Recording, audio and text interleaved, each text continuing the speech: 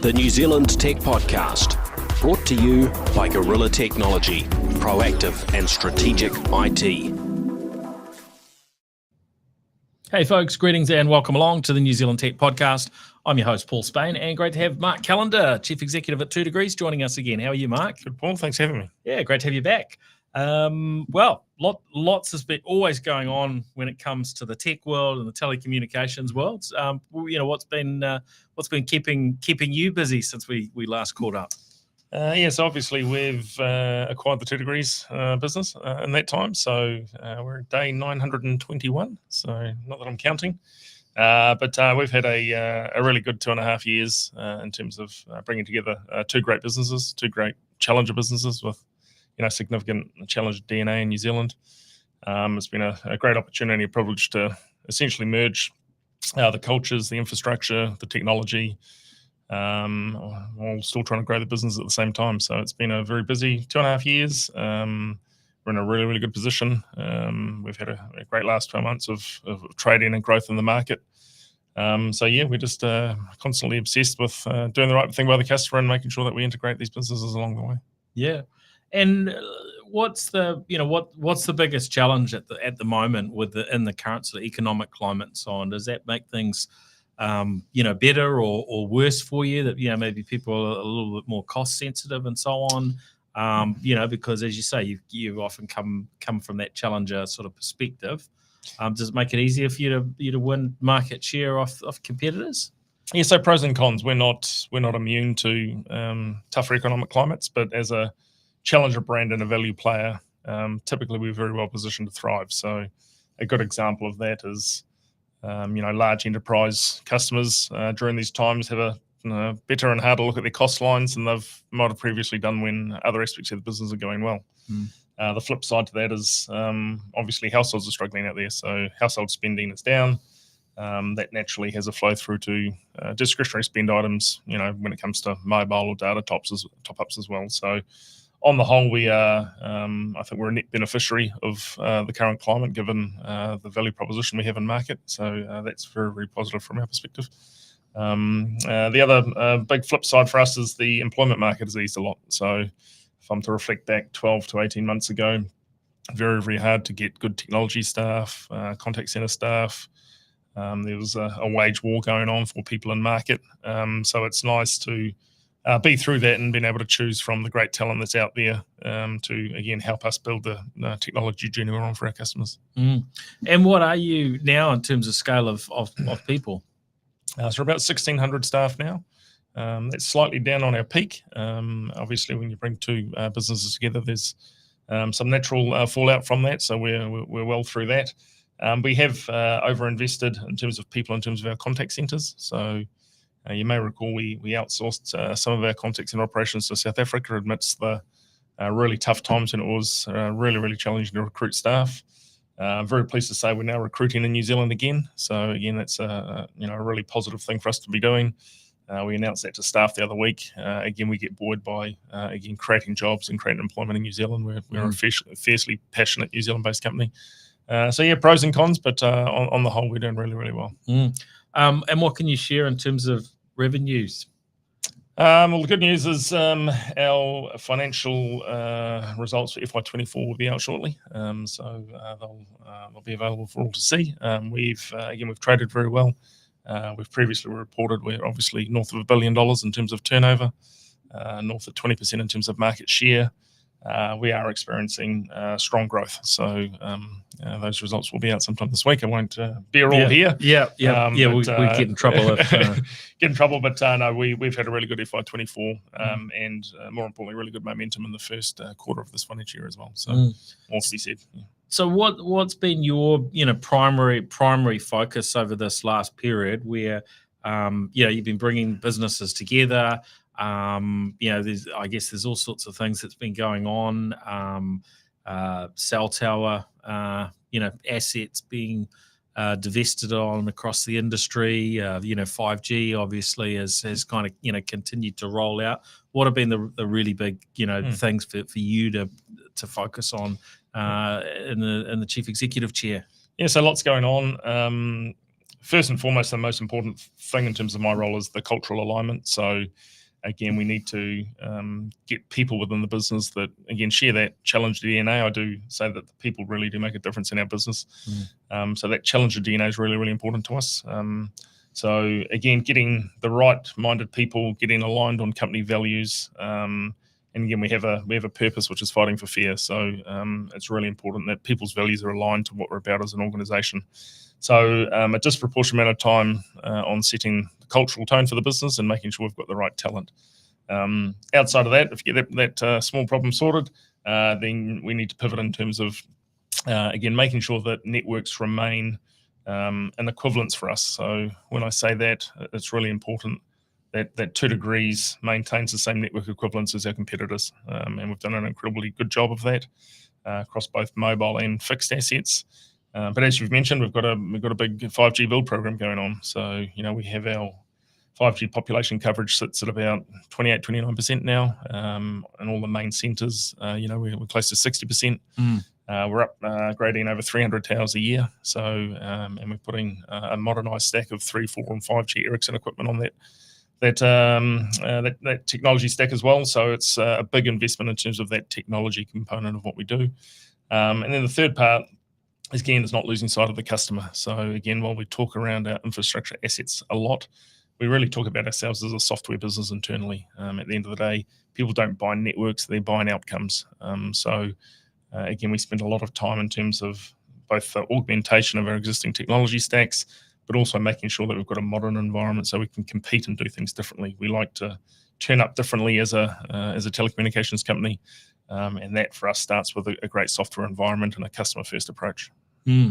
Now, last time we caught up, you were touting this story that 2 Degrees coverage was up there and largely equivalent to the other players.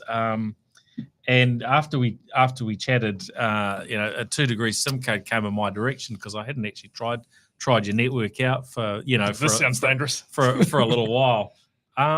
Look, I got to say, I'd be really impressed. And look, I didn't go as far as kind of porting my number across to 2 Degrees. I guess that would be the next step in the challenge. But going around the country with mobile devices across all 3 networks, and most places that I was and tried out, did varying looks at coverage and speed tests, be it varying parts of the South Island, across the North Island. Got to say, in my experience, I wasn't really seeing any issues from that coverage perspective. Now, I guess everybody's mileage varies, and there are sometimes people will choose a particular network because of where they live has a stronger coverage of that area. But bit of a pat on the back there that your fears can be allayed. In my experience, it was it was very good. I guess this is something that's a continued investment, right? And there will be people that are like, I can't get whichever network in a particular place, and that'll impact their decision making. Yeah, and a lot of that doesn't come by chance. So again, if you're to look at kind of coverage maps of the main 3 operators, we have a similar amount of mobile towers. We've got similar coverage. I think, as you've described, there'll always be certain areas that are better for certain operators than others, and that's just the nature of mobile networks. And that changes over time as well. As you grow market share in regions, you invest in those regions. Where capacity starts to meet its limits, you invest more in those areas as well. So it's a very good observation.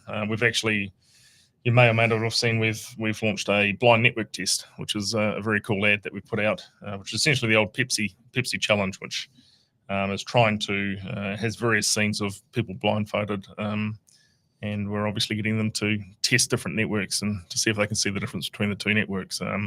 So again, for us, it's a natural evolution of being on par with the larger incumbents, and it's really just breaking down perceptions for us now. The perception of the brand is our single biggest opportunity, and again, we're having very good wins in some of those key market segments we're targeting. Yeah. Now, technology is always, transitioning. It won't be too long before 6G becomes the next topic that we're all talking about. But part of that is older networks have to get turned off. So, 2 degrees, I think, turned off 2G, quite a number of years ago. 3G's next to get turned off. Is there a date for that as yet? It's 2025, I believe. Yeah, so we're targeting end of 2025, Yeah. which is aligns with again our competitors. That's quite good from an industry perspective because it's a turning off energy is a big coordination effort. So the activity starts now. So we're already out speaking with customers, communicating with customers, making sure they're ready for the 3G switch off. The great news from a customer's perspective is once we switch it off, we get to refarm the spectrum, which enables us to again use that spectrum in other areas of the network to deliver enhanced experience. It's also this, they've started switching off 3G in Australia as well. So again, little things like that are quite important to know that when you're traveling to Australia, for example, which obviously it's our most traveled destination, you've got to be aware of that. So it's good. We're closely aligned. We're working towards the end of 2025. We've got a very good plan to get there. So yeah, that's the plan as it currently stands. Yeah, that's important, isn't it? The roaming aspect. If someone's got a phone that's not 4G capable and they're off traveling, they might be in for a little bit of a shock. I don't know how many people there would be in that boat, but there must be. You guys must have a little bit of data on on some of those sorts of things. Across all the operators, there's hundreds of thousands of connections still, which is is not uncommon. We've obviously looked at the data from our 2G journey and shut down compared to where we're at now, and so you don't panic at the numbers at this point, but it is you do have to educate certain groups, and that business traveller group, for example, and typically they have more modern handsets, so it's less of an issue. Yep. But it's a big education part at this point, and then we need to get down to the nuts and bolts of actually how we get customers off old phones and give them a solution to make sure that they're ready for the switch off. And so, what's your approach? What do you expect to do on that front to help nudge people along? So at the moment, it starts with education. So again, making sure that people are aware of it. As an industry, we work quite well together because again, it's a non-competitive issue, and it's really important. Again, from an operator perspective, and even from a government's perspective, that we're aligned in terms of those outcomes. You go into a retail store, we make sure that staff are trained to have the conversation. If they've got a handset that might not be 3G capable, how can we help them getting into an alternative handset? We've got some really very, very low price handsets out there for those that are cost conscious as well. So you can get a sub $100 handset now as well. And as you get closer to that time, again, the activity will increase. The offers will obviously be aligned to what we're all trying to achieve, and hopefully we get everyone off. Yep. Now, let's talk about satellite. This has been an interesting area. 2 degrees with the first in the market to announce that you were doing something on the satellite front, or it was all very close, I think, with your partnership with Lynk. Yep. What can you tell us about that? What's the picture look like? I realise it's not a easy thing to get lots of satellites up, but you guys were quite early in on testing. What does that look like? So firstly, space is incredibly exciting. So again, having been in this industry for 20 odd years, to be in the industry when the emergence of space, as it refers to either fixed broadband or mobile to cell broadband is really exciting to be a part of. And it's going to play a big part of the industry. And it's just a matter of when and kind of what gets delivered. So the whole ecosystem's got a lot to play out here now. You've obviously got SpaceX who are in market trying to get their approvals with the FCC. So they've got a little bit of work to do there. You've got Lynk, who's got a few satellites up that need to get more satellites up. You've got players like AST Space Mobile, who again recently have made some pretty good announcements. You even got lots of Amazon Kuiper as well. So there's going to be lots of activity in the space. I think it's very hard to pick winners this early. I know that's what everyone tries to do. But I think the importance of space is it's going to provide critical connectivity in terms of those areas that don't have it today. That service will evolve from basic messaging to basic browsing to something else over the next 3, 4, 5 years. But it'll be interesting to see how all that plays out. You've even got the players like Apple with the iPhone 14 that can do SOS messaging as well. Yeah. So exactly what it is, what ends up in consumers' hands, how it's priced, how consumers use it, what segments of the market might find appeal for it, is all the exciting part to come. And from our perspective, we will have a story in this market. We need to provide those services. We've partnered with Lynk, and that's been very well. We've learned a lot. Again, we've done SMSs in space, which is pretty cool. Yeah. We've made some voice calls as well, which is pretty amazing. But if you take the operators out for a second, there's a lot of activity in terms of winning the race for space. And again, we'll have a voice. We'll pick the right partners, and we look forward to being part of the building the solutions, because that's really, at the end of the day, the connectivity. If you take my earlier point around us being a software company, the connectivity is only one component of it. How do you stitch together a service? How do you enable it through pricing, propositions, digital execution? That's the role that we play. So that's what we'll be focused on. And in terms of how it plays out, I mean, obviously SpaceX have a unique position in terms of just how many Falcon 9s they're launching and their ability to put up satellites very fast. But when we sort of step back and look over the longer term, it seems there is certainly a possibility that there'll be quite a number of players in the market. When we've looked, I guess, at other sectors that have been changed and disrupted in varying ways. Sometimes it is the first strong player that comes in that does very well. Other times, that player is disrupted over time. Do you have any sort of particular view on the varying possibilities? Like, I imagine, one possibility is that, carriers such as 2 Degrees and others around the world could co-invest in their own satellite network, right? Yeah. All manner of other kind of possibilities in between. So I think if you come back to the principle that space and the technology is going to meet a big part of the market that hasn't been served, and it's a big opportunity, there'll be more than one player, right? So that that fundamentally has to play out. It's very unusual that one player gets left to a large and big market opportunity. Each of the players again have different technology, different solutions, different commercial models.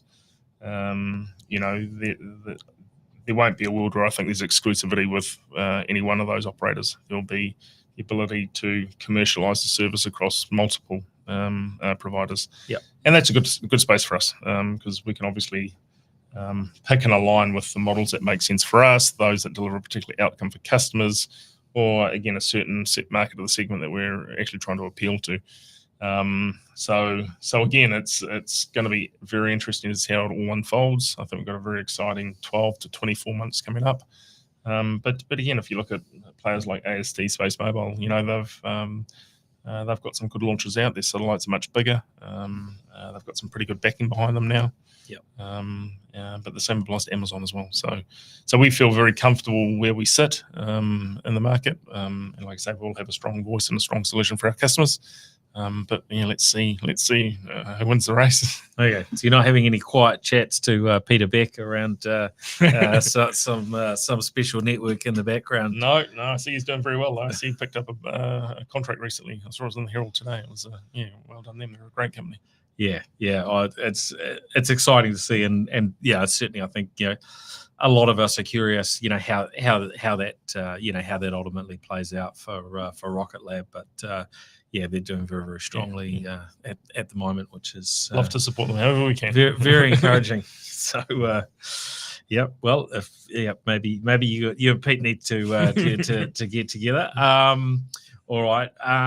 Now, in terms of the Vocus and 2 Degrees merger, how's that look now? Because I think when when things were announced, the idea was to simplify your technology stack, simplify your brands.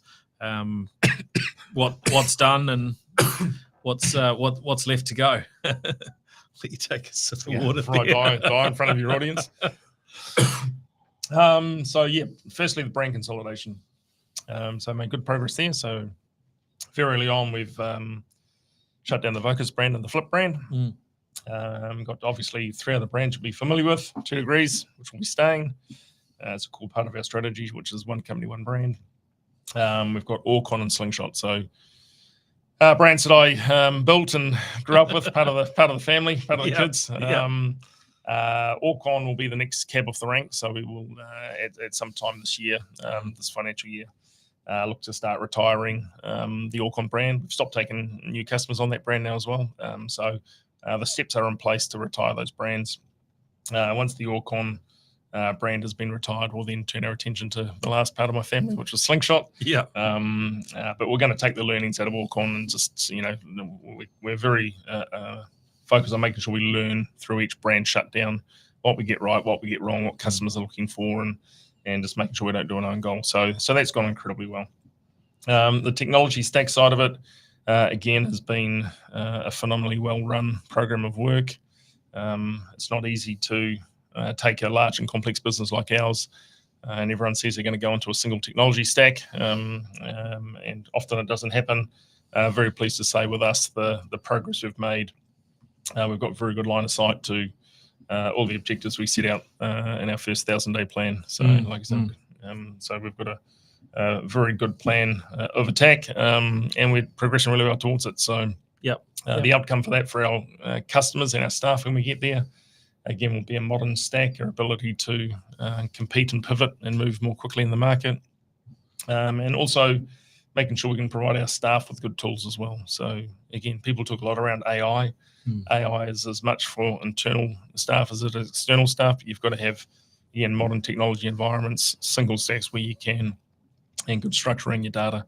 And they're all things that we're very focused on as we go through the integration process. Oh, that's encouraging to hear. I realise these things, sometimes are more challenging in some situations than others. But we've actually developed a really, I'd say, one of our core competencies is our technology environment and technology team. We've got particularly in the IT and technology space, got about 450 across both networks, IT and platforms. But our IT and platform teams is probably a couple of hundred, and we're building on an in-house stack, so we're not dependent on third parties to build that. But that is really quite a unique point of difference for us in terms of the scale and capability that platform delivers for us in market. And again, we'll keep investing in that. Now, sort of, back to 5G. How much demand are you seeing for 5G? At this point, like when a new mobile generation comes along, there's a lot of excitement and so on about it. But of course, it takes a good few years to actually roll it out and for it to end up handling the majority of communications, be it data or calls. How is that going, and where are you kind of seeing the biggest benefits? So 5G for us, Ian, probably came along at a pretty good time. As I mentioned, we're modernising our network. So when we touch a site, we're putting 3, 4, and 5G equipment on it. So excluding speed for a second, which a lot of people talk around speed and latency with 5G. Obviously, capacity is one of the really big benefits we get. So as a company that's growing, particularly in the mobile space and the fixed wireless broadband space, getting the additional capacity through the network upgrades is critical and kind of underpins our investment. It's less around the 5G on the mobile. Everyone loves to see the 5G on the mobile. People get pretty good speeds on their mobile phones these days. Not many people are complaining around the ability to stream mobile. But for us, where it turns up in reality is in the fixed wireless broadband space. So not only do we get more capacity to sell more fixed wireless broadband, we're seeing quite high demand in terms of customers that are coming up when they're getting the 4G and 5G option. A very significant portion of those customers are now taking 5G. On a typical 5G fixed wireless broadband product, you're getting 200 to 300 meg speeds, which is a phenomenal alternative for those customers that again value speed, still have the comfort of unlimited data, but might want to save a little bit of money compared to other alternatives that are out there at the moment, because we have been through a very high inflationary period, and fibre services can be quite expensive in New Zealand now. So a long way of saying 5G for us is important to put it where customers need it. So those business customers, it's important for capacity, and it's also important for driving that fixed wireless broadband growth across our business. And how is that going when when you put options in front of potential customers? I guess some people are very, very price conscious. Other ones are maybe in an area where fixed wireless is by far the best option. How does that tend to play out in terms of the decisions that people are making? And you're right. So you're in an environment where economically there are some challenges out there. So the ability to save $25 a month on broadband compared to another alternative is $300 or $400 a year. So it's not insignificant in terms of household spend. You also have people that for whatever reason move a lot. So the other big benefit you've got with fixed wireless broadband is the ability for people to pick it up and go and take it with them, as long as it's within similar sort of areas. And then for some, it's fit for purpose. So for those that again have household demands that aren't extreme, unlike my household, it's a good suitable technology. But we always make sure that customers, when they come to choose a product with us, that they choose what's right for them. So we certainly don't bias one product over the other. We put forward the options, and based on budget requirements, household demands, they choose the best product for them. But we are seeing incredibly strong demand for that 5G fixed wireless broadband product at the moment. Yeah, that's interesting. With fibre, you've obviously got the sort of faster options now, the hyper fibre, 2 gigabits and 4 gigabits. Do you see much of an interest in that amongst your customers? A little bit. I wouldn't say it's massive. So again, the speed and experience you get on those products for the price, we get some pretty good 1 gig offerings in the market at the sort of price points we sell it at. So again, for certain households, certain small businesses, it makes absolute sense and it goes incredibly well. But again, I think New Zealand is spoiled through a very good fibre investment throughout New Zealand. So again, we really are. I think the government again many years ago made a very good decision with that regard, and I think New Zealand's benefiting from it now, along with our investments in all the mobile infrastructure. Yeah. And when it comes to sort of rural connectivity, how much difference has it made, the varying improvements in your network, but also that you've got a bit of competition there from SpaceX when it comes to some of those rural customers? Does that put a lot of pressure on you and price or otherwise? Less so for us. So if you think rural, there's a few things you need to think about. Firstly, there's just mobile connectivity in rural. With that regard, we've formed a joint venture with Spark and one in ourselves called RCG, which is a rural connectivity group.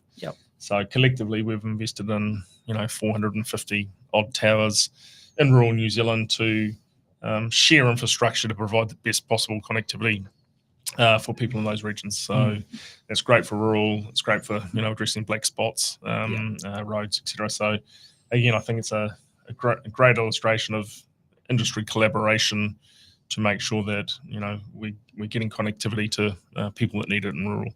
When you talk around connectivity, potentially to rural homes, there's the RBI, and then as you're aware, there's the satellite. We haven't been an active player in RBI, so the impact of the likes of Starlink that have come in, we see very minimal impact on our business.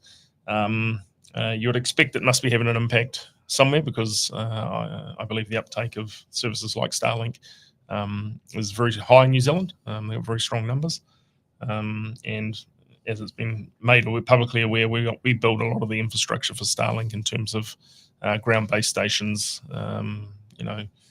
domestic connectivity and some international connectivity as well. So we can see it as a very strong and growing part of the New Zealand rural scene, which is great, because again, we're getting better service into areas that might not otherwise be getting the connectivity they need. In a lot of instances, the most cost-effective way to reach them as well. So again, I think it comes back to that point around space does play quite a critical role in some areas of the market and some segments of the market. And I think that rural connectivity components are a brilliant illustration of that. And then you have things like IoT that you might be able to do in those areas as well. So it's quite exciting when you're, like I say, when you've been in the market for 20 years and all of a sudden this thing's come along in the last couple. It's quite exciting to be a part of because it's different and it's new, and it's what might you do with it? How do you augment it as part of your existing service experience, and how do you start building new products over the top of it? That's the exciting part from our perspective. So what are you doing on the IoT front, Internet of Things? Yeah, so we do very little at this stage. Again, our first 1,000-day plan that we set was highly focused on making sure that we integrated appropriately. And as part of that, we need to minimize, build on old systems, if that makes sense. So so we are in the middle of a strategy reset. So we're looking forward to FY 26 to 29, horribly already. But part of that is what is the product innovation layer that we're going to do post-integration? And it'll be no surprise, IoT is one of those. And it's just made all the more accessible through the likes of emerging space players, our own investment in our own mobile infrastructure, and the partners out there. So we don't do much today, but I'd be very surprised if it doesn't feature in FY 26 to 29.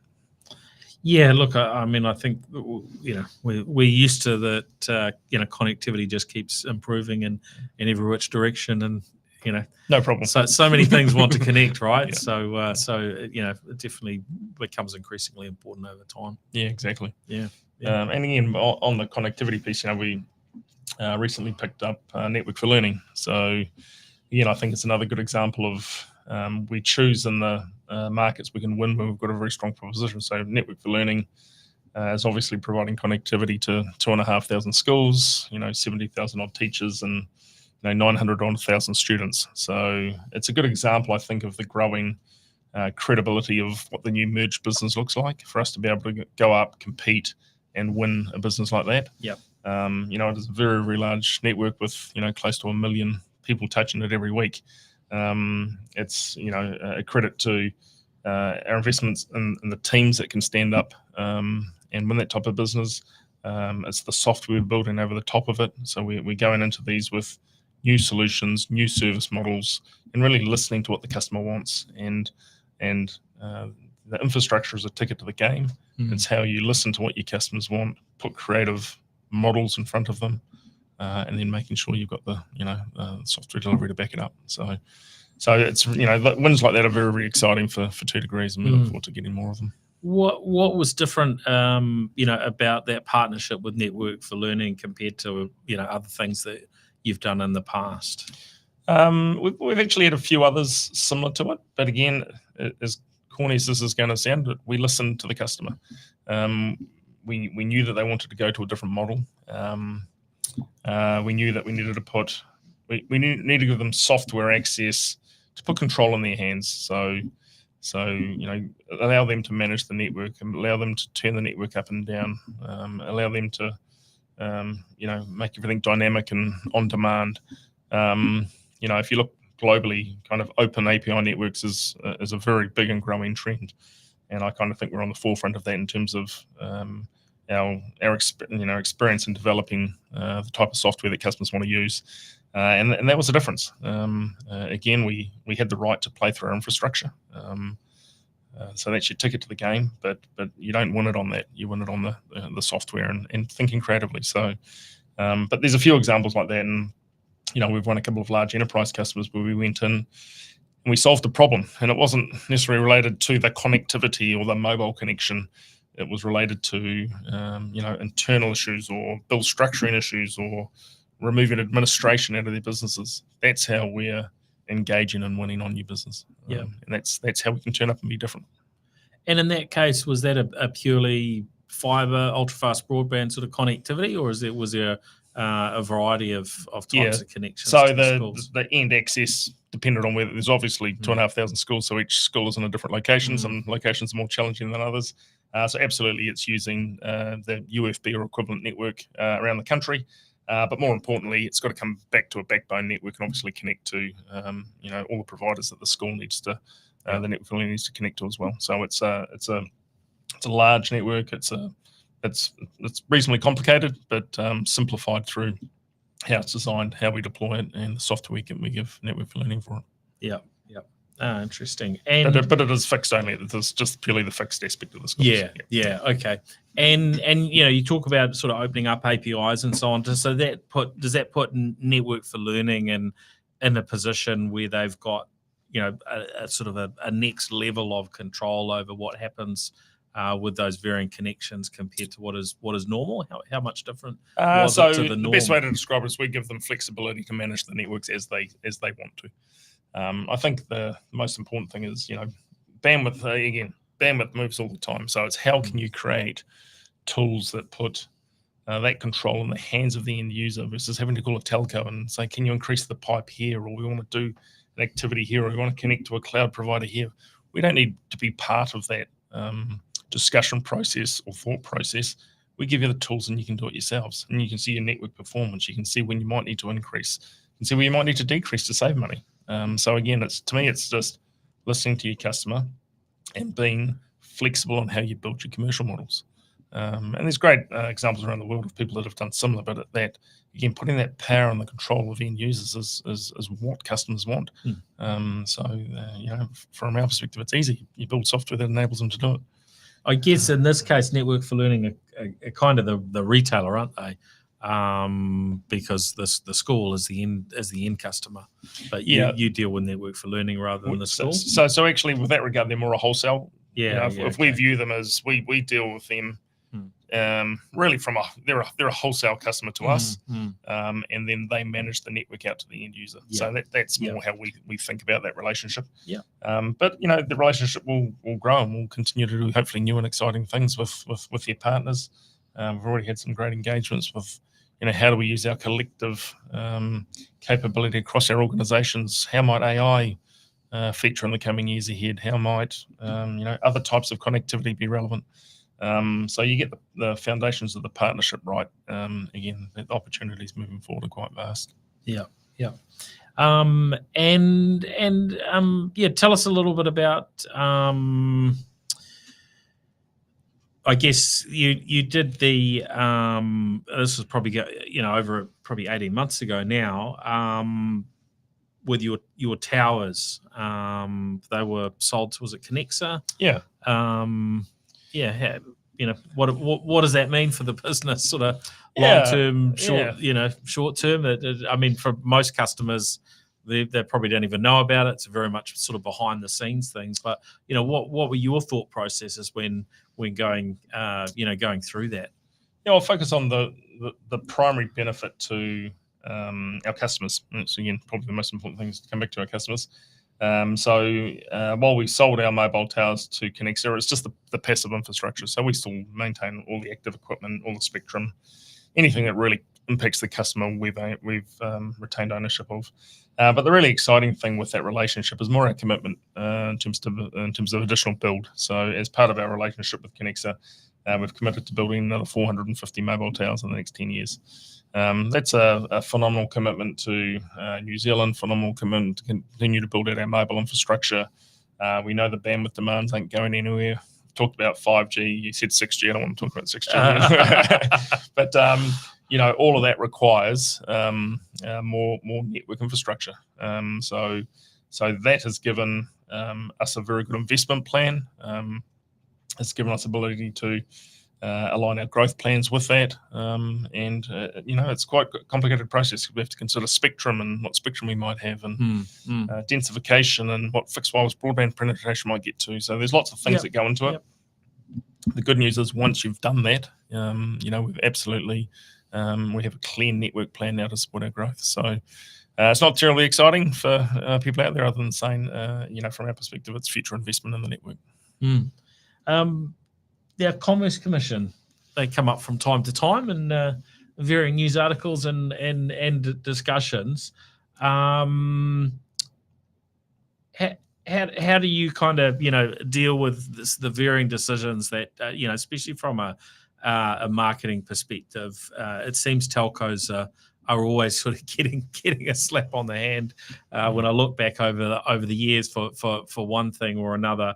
How do you kind of make your judgment calls from a marketing perspective, and how often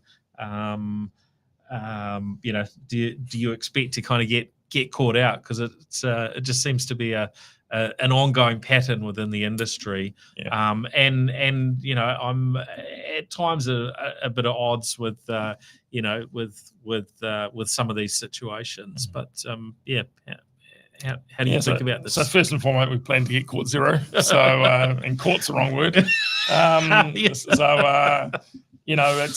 the commission plays an important role, right? It's very important that consumers don't get misled. So that's again, coming back to our purpose, which is fighting for fair. That puts the customer at the heart of everything we do. So you've got the customer lens, you've got a competitive lens as well. So behavior from one player may impact the performance of what you might achieve in the market you're trying to play in. It can be at times, when things go against you, it can be a bit frustrating. But again, they're the rules of the game that we abide by. We try to make sure that again we play within them. And when we don't, that's not our call. Again, we take our medicine.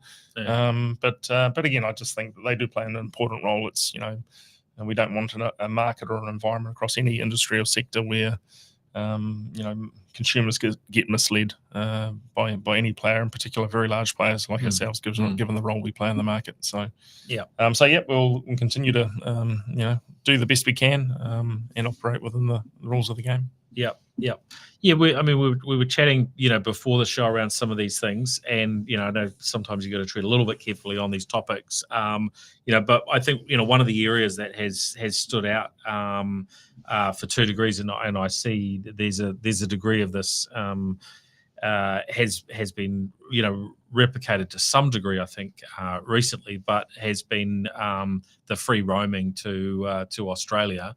That was a situation from my perspective seemed reasonably fair and well communicated, that people could roam while they're traveling.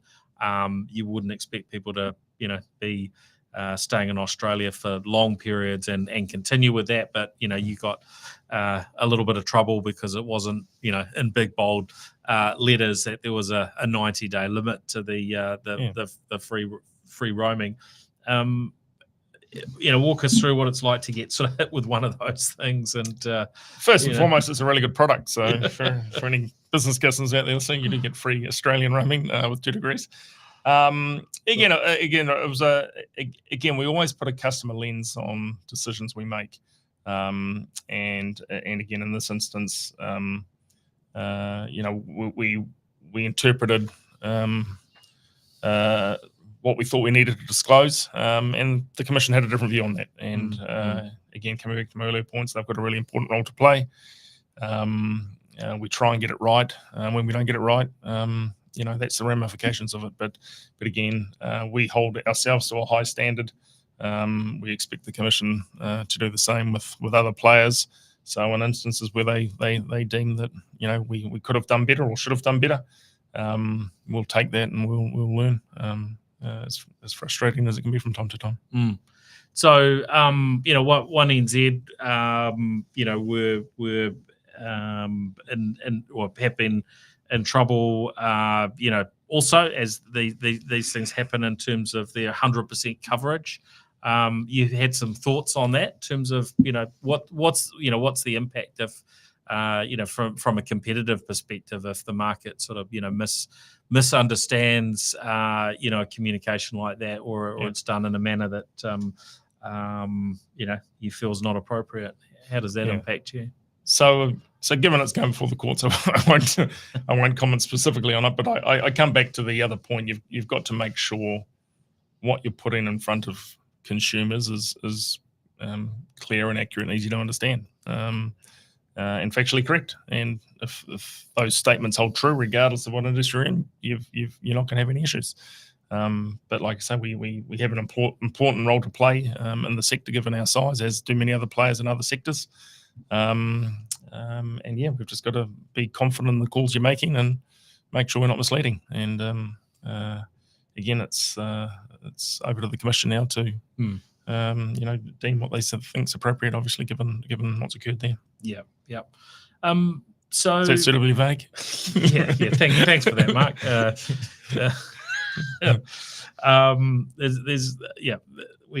We sometimes end up with these statements that may or may not end in the final cut. Now, I mean, in terms of sort of looking at that broader sort of competition, perspective, where are the areas that that you think you're going to do well, going forward? Yeah. So again, 2 Degrees has still got an amazing opportunity to grow across all market segments. So for us, that's consumer, business, and that includes enterprise and government, and also wholesale. We've had historical success in the consumer side of the business. The business started out as a prepay company originally, but in the consumer market now, you're seeing we're having much more relevance in that higher value segment of the market. So again, while our prepay businesses, a large and important part of our business, we are having much more relevance and success in high value.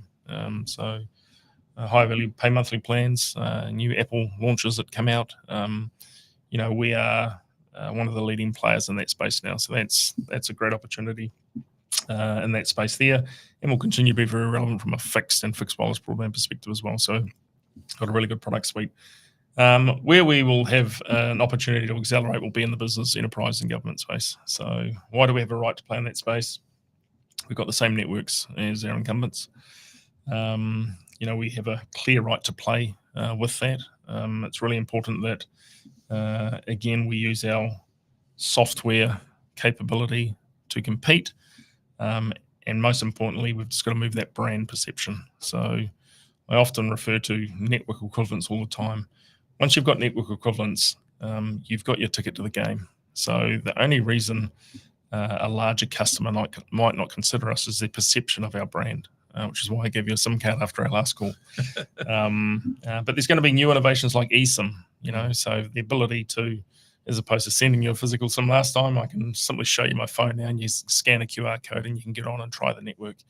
So we're very, very focused on really over-indexing in that business, enterprise, and government space.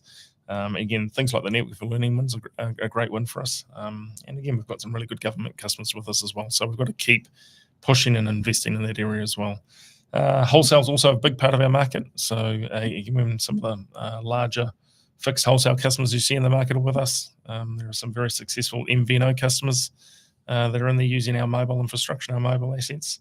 And again, they're choosing us because of our software. So again, why I keep going on about software. Software enables them to manage their business more efficiently, enables them to compete and be more relevant in market, but all underpinned by equivalent infrastructure. So we'll continue to target all market segments.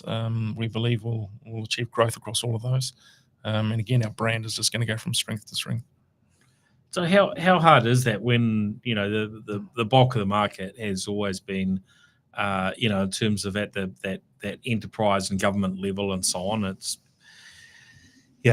always been One NZ or Vodafone as it was, and Spark. How hard is that to go in and convince a customer to come across to you? Why would they change? So it is hard. It used to be harder. It's easier. but it can still be better. What's going to change? I have a saying, show, don't tell. So the more customers we win, so again, Network for Learning, some of the very large customers, New Zealand Health Group is one that we've shared publicly previously. There's some great customer testimonials on our site. So show, don't tell. I can sit here and tell you how great we are. I can now show you the customers that have chosen us, and they're prepared to put testimonials around how great our services are. So that's really, really important. With that comes credibility. So again, that credibility for us is achieved through our infrastructure and our software. And the last piece of that puzzle is our brand. And again, you'll see if you go to our website today, you'll see a very distinctive business feel that's quite different from our consumer feel. We think the brand purpose and the brand promise can remain the same, but the subtleties in terms of the tone of how we communicate, the creative we put in market, the bids we turn up for, is going to be slightly different to our consumer brand. But we will keep winning, we'll keep sharing those success stories. And the more of those stories we share, the more success we'll start having in the market. And I'm just a last one. Seems like costs are, for most of my lifetime, telecommunications costs were coming down. We now seem to be, turned a corner where costs are sort of going back up again. Yeah, we've just been through a very inflationary period for everyone. So if I look across all of our cost stacks, from employment costs to licensing to supplier cost to vendor cost to capital costs, everything's gone up. We've had 2 to 3 years of very high inflationary costs. We often have this discussion internally, and it's a great discussion to have because we talk around our brand purpose about being fighting for fair. And they say, well, how can you fight for fair if your prices are going up? Which is a nice, healthy challenge to have from your staff.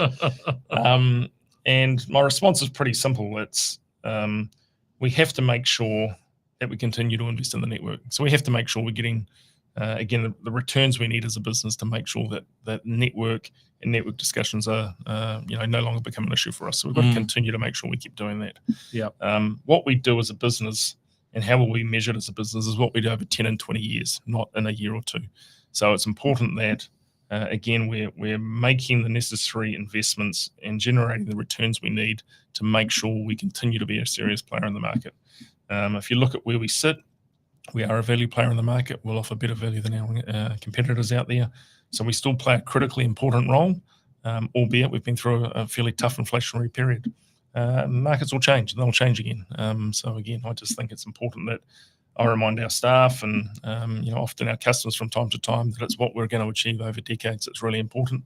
It's called the 2 degrees effect. It's what happens when your strong second player comes into a market dominated by two, and it's generational. So I can still stand up in front of my team being very proud that what we're doing over multiple decades will define how we've succeeded in the market and the value we've put back into consumers and businesses' hands, not what we do over a year or two. And are we a mature enough market now that overall prices will never fall again? I don't think that's a statement you could make with a lot of certainty. Okay. Again, a lot of it is, we have been through a pretty tough 2 or 3 years. And I could share some eye-watering cost increases that, boy, are senseless, but they're real, right? So we're just doing what we need to do to make sure that, we are competitive in the longer term. Markets change all the time. We went through a period in fixed broadband where fixed broadband prices dropped for year on year on year on year. The last few years we've just had some very large inflationary price increases pass through from LFCs, and quite large. They just can't be absorbed. And I just think that's the period we've been through. It'll be fascinating to see what the next 5 years brings. But you just don't know. Yeah. Oh, well, it's been great to catch up, Mark. Anything else that we've missed that we should be adding in? No, just got to get you across the 2 degrees permanently now or away. Just joking. No, it's been great. Thanks for your time. Yeah. No, well, thanks very much for joining us on the New Zealand Tech Podcast. And of course, a big thank you to our show partners, to our sponsors, including 2 Degrees. Spark, 1NZ, HP, and Gorilla Technology. Yes, thank you. Cheers, Mark.